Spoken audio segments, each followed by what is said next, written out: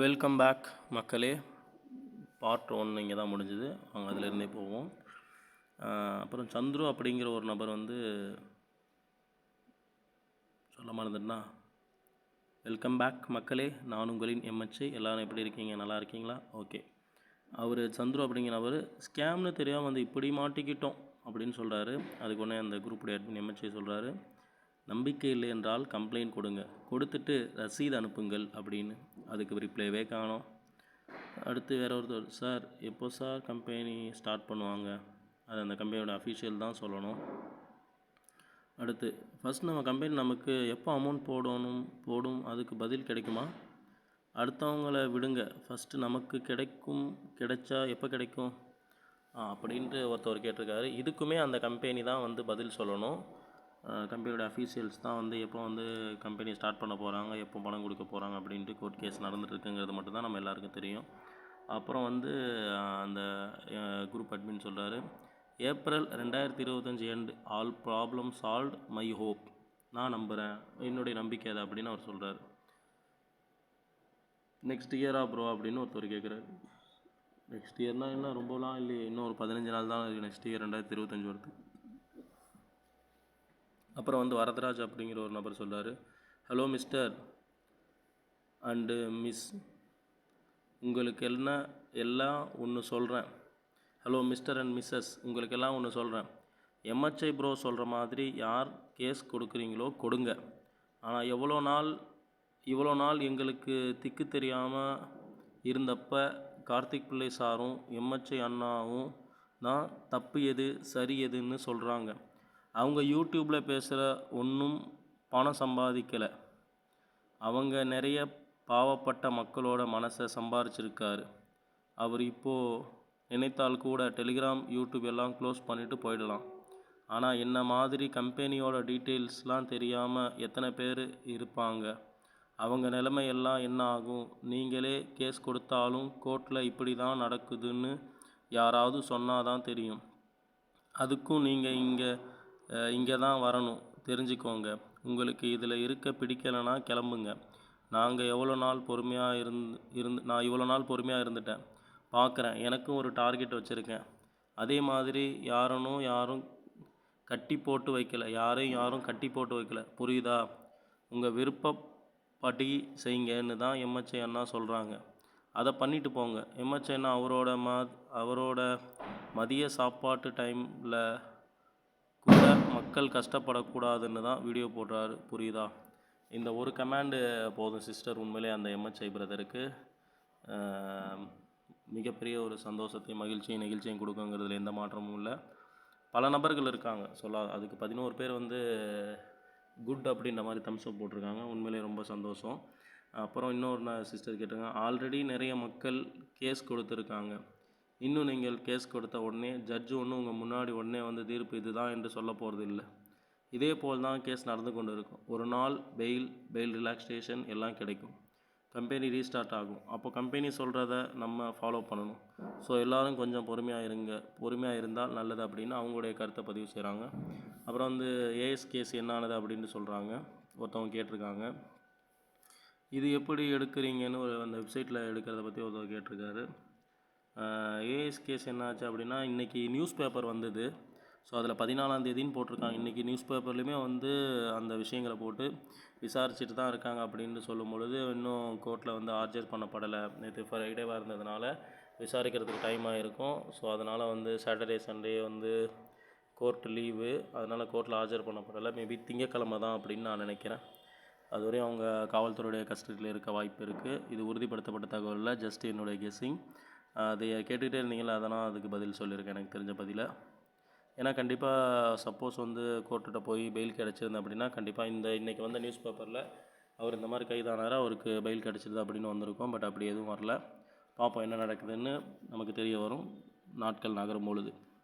அப்புறம் இன்னொரு சிஸ்டர் வந்து, சத்தியமாக எங்களால் முடியலை, மாதம் வட்டி ரொம்பவே கஷ்டப்பட்டு தான் கட்டுறேன். ப்ளீஸ் போட்ட பணத்தை திரும்ப கொடுத்துடுங்க, ப்ளீஸ் சக்தி ஆனந்தன் கிட்டே சொல்லுங்கள் அப்படின்ட்டு நம்ம குரூப்பில் சொல்கிறாங்க. இந்த குரூப்பில் போடுறதெல்லாம் வந்து இந்த கம்பெனி எப்படி பார்ப்பாரா அப்படின்னு எனக்கு தெரியல. பார்த்தாருனா கண்டிப்பாக சீக்கிரமாகவே வந்து ப்ராப்பரான அப்டேட் எப்போ கம்பெனி ஸ்டார்ட் ஆகும், எப்போ பணத்தை போடுவாங்க, எப்போ எல்லாருடைய நிலைமை மாறும் அப்படிங்கிறத சொன்னார்னா ரொம்ப பிரயோஜனமாக இருக்கும். என்னுடைய ஆதங்கமும் அதுதான். யாராக இருந்தாலும் ஃபஸ்ட்டு மரியாதை. பிரவீன்குமார் அப்படிங்கிறவர் சொல்லுவார், மரியாதை கொடுக்க பழகுங்க. அவன் இவன்னு பேசுகிறீங்க. உங்களுக்கு காசு கொடுத்தா கடவுள், கொடுக்கலனா அவன் இவன்னு பேசுவீங்க. அப்படி தானே மேடம், நீங்கள் கம்பெனி டீட்டெயில்ஸ் தெரிஞ்சு தானே பர்ச்சேஸ் பண்ணுனீங்க. இப்போ இப்படி பேசுகிறீங்க. நானும் 1 பேமெண்ட் மட்டும்தான் எடுத்திருக்கேன். எனக்கு நம்பிக்கை இருக்குது. நெகட்டிவ் மெசேஜ் பண்ணுறவங்க ஃபஸ்ட்டு குரூப்லேருந்து வெளியே போயிடுங்க. உங்களை வச்சு எங்களுக்கு எந்த யூஸ் இல்லை. ப்ளீஸ் எக்ஸைட் பண்ணிவிட்டு போங்க. நல்லவங்களுக்கு நாங்கள் என்னது நன்னாகவலாது நம்பிக்கையோட நாங்களாவது நம்பிக்கையோடு இருந்துக்கிறோம். எங்கள் நம்பிக்கையை கெடுக்காதீங்க அப்படின்னு அவர் சொல்கிறார். அதுக்கு 10 பேர் தம்ஸ் அப், 2 பேர் ஃபயர் போட்டிருக்காங்க. அடுத்து ராஜி அப்படிங்கிறவர், எம்டி ஸ்பெஷல் பெர்மிஷன் கேட்டு வாங்கிட்டு ஒரே ஒரு தடவை மக்களுக்காக வந்து பேசலாம். இல்லை, இவ்வளோ நாட்கள் மக்கள் என்ன நடக்கும் என்பதை யோசிக்க முடியாமல் ஏதோ சில காரணங்களுக்காக அமைதியாக உள்ளோம். பொறுமைக்கும் ஒரு எல்லை உண்டு. இப்போதும் எல்லாம் கைமீறி சென்று கொண்டுள்ளது. கண்டிப்பாக ப்ரோ, இந்த ஆதங்கம் எனக்குமே இருக்குது. அதை அந்த கம்பெனியோட எம்டி தான் கன்சிடர் பண்ணி ஜஸ்ட் ஒரு டெக்ஸ்ட் மெசேஜ் அவங்களுடைய எம்டி ஃபோரம் சேனலில் இப்போ கம்யூனிட்டி போஸ்ட் இருக்குது. வேறு யாராவது வச்சு ஒரு டெக்ஸ்ட் மெசேஜ் போட்டால் கூட ஓகே தான். கம்பெனியில் என்ன நடக்குது, அடுத்து என்ன கட்டணும் அப்படின்ற அவங்களுடைய அட்வொகேட் டீமை வச்சு. பட் போடலை. என்ன ரீசன் அப்படின்ட்டு அவர் பேசக்கூடிய ஒரு சூழ்நிலைக்கு வந்ததுக்கப்புறம் தான் அவன் சொல்லுவார்னு நினைக்கிறேன். பார்ப்போம். அப்புறம் இன்னொரு சிஸ்டர் சொல்லியிருக்கான், சார் எதுக்கு கோவப்படுறீங்க, அவங்க ப்ராப்ளம் உங்களுக்கு. நீங்கள் அமௌண்ட்டு வரலனா கூட சமாளிக்க முடியும். உண்மையாகவே இன்ட்ரெஸ்ட்டுக்கு வாங்கி போட்டவங்க நிலைமை யோசிங்க சார். நான் கூட 15 டேஸ்க்கு கட்டுற மாதிரி லோன் வாங்கி போட்டேன். அந்த லோன் கட்ட முடியாமல் அவ்வளோ கஷ்டப்படுறேன். அமௌண்ட் போட்டு ஒரு அமௌண்ட் கூட எடுக்கலை. 60,000 சார். என் ஃபேமிலி என் சேலரியில் தான் போகுது. எனக்கு 2 பசங்க. என்னால் இப்படி தான் சமாளிக்க முடியும். ஏதாவது ஒரு வழி சொல்லுங்கள் சார். நீங்கள் பண்ணுற மெசேஜ் எல்லாமே பார்த்துட்டு தான் இருக்கேன். ஆனால் என்னால் என்ன பண்ண முடியும்? அமௌண்ட் வருமா வராதா, என்ன பண்ணுறதுன்னு தெரியாமல் நிற்கிறேன். இதிலிருந்து வெளியே வர வழி சொல்லுங்கள். லோன் கொடுத்தவங்க வீட்டில் வந்து சத்தம் போடும்போது முடியல சார். ஏதாவது நல்லது இருந்தால் மட்டும் சொல்லுங்கள். இது மாதிரி நிறைய பேர் இந்த மாதிரி பிரச்சனைகளில் சிக்கலில் இருக்காங்க. இந்த மாதிரி சிக்கலில் இருக்கும் பொழுது நீங்கள் உங்களுடைய நம்பிக்கையை நீங்கள் வச்சிங்க. திணிக்கும் பொழுது அவங்களுக்கு இன்னும் மன உளைச்சல் அடைவாங்க. வரும் வராது அப்படின்னு. அது கோர்ட்டு தான் சொல்லணும் கண்டிப்பாக. சரிங்களா? நம்ம யாருமே முடிவு பண்ண முடியாது. அது நல்ல கம்பெனியாக கெட்ட கம்பெனியாக வருமா வராதா அப்படிங்கிறத. ஒவ்வொருத்தவங்களுக்கு ஒரு நம்பிக்கை இருக்குது. பல விதமான நிறைய பேர் கஷ்டத்தில் இருக்காங்க. அப்படி கஷ்டத்தில் இருக்கும்போது 1-2 பேர் நீங்கள் வந்து தப்பான உங்களுடைய நெகட்டிவ் தாட்ஸை பதிவு செய்யும் பொழுது அவங்க இன்னும் பெரிய மன உளைச்சடைஞ்சு வேறு ஏதாவது தவறான விஷயங்கள் ஈடுபடக்கூடாது அப்படிங்கிறது தான் என்னுடைய தாழ்மையான வேண்டுகோள். அப்புறம் நாகராஜன் அப்படிங்கிற ப்ரோ, மக்கள் அனைவரும் கஷ்டத்தில் இருக்கிறோம். எம்எச்ஐ போல நானும் ஏப்ரல் 2025 வரை நம்பிக்கையுடன் காத்திருக்கிறேன். டைரக்டர் கதிர் கூறியது போல 2-3 மாத காலம் ஆகும் போல் உள்ளது. அதுவரை காத்திருப்போம். மீண்டும் வர பிரார்த்திக்கிறேன். அதுவரை மீள்வதற்கான முயற்சியை தொடர்கிறேன். ஓகே, அவருடைய நம்பிக்கை அவர் வெளிப்படுத்தியிருக்காரு. அப்புறம் மூர்த்தி அப்படிங்கிற, வணக்கம் நண்பி. நம்முடைய கவலை மற்றும் மனக்குமுறலை இங்கு நாம் சொல்வதனால் நம்முடைய கவலை சரியாக போவதில்லை. ஆசைய துன்பத்திற்கு காரணம்னு புத்தர் சொன்னது மிக தெளிவாக சொல்லியிருக்கிறார். அது மாதிரி தவறு முழுவதும் நம்முடையது. நம்முடைய கவலையை இங்கு சொல்லி எந்தவித பயனும் இல்லை. ஜென்ரல் கருத்து சொல்லியிருக்காரு. இந்த குரூப்பில் செப்டம்பர் 5 அப்புறம் யாரோ சொன்னாங்க புலம்பல் குரூப்புன்னு மற்றவங்கன்னு. அப்போ ஒரே 10 பேர் தான் புலம்புனாங்க. இப்போது 10 பேர் தான் புலம்பாமல் இருக்காங்க.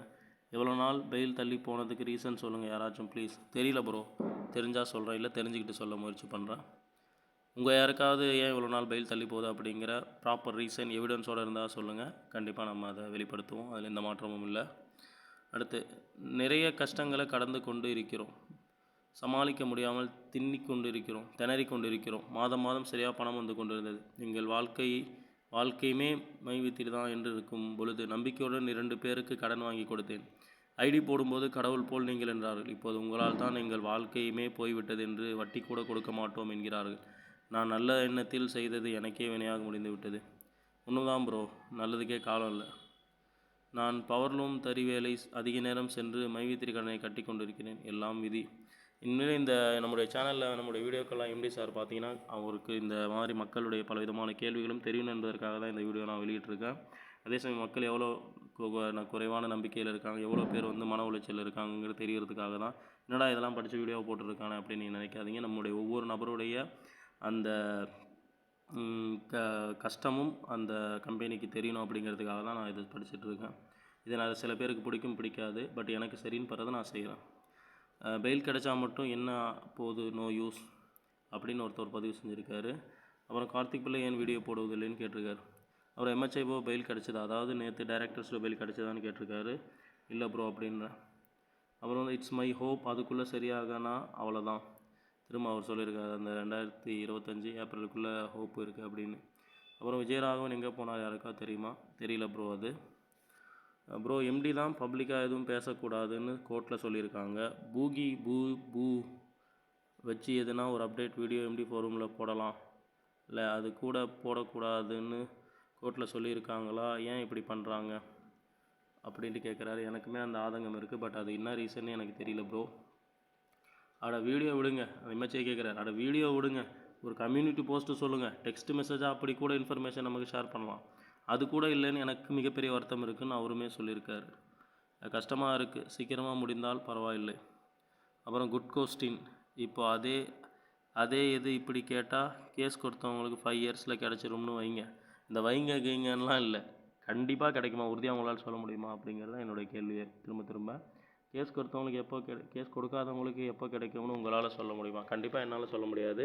பட் அந்த எம்டி வந்து கடந்த காலங்களில் சொல்லியிருக்காரு, ₹1 கூட நஷ்டம், இந்த கம்பெனி நம்பி இருக்கிறவங்களுக்கு ₹1 கூட நஷ்டம் வராமல் நான் நடந்து கொள்வேன் அப்படின்ட்டு. அப்புறம் வந்து அவங்களுக்கும் பெயில் அப்ளை பண்ணியிருக்காங்க, கிடைச்சாதான் பேச முடியும். சரி, ஓகே ஃப்ரெண்ட்ஸ், அடுத்த பார்ட்டில் தொடருவோம். நன்றிகள்.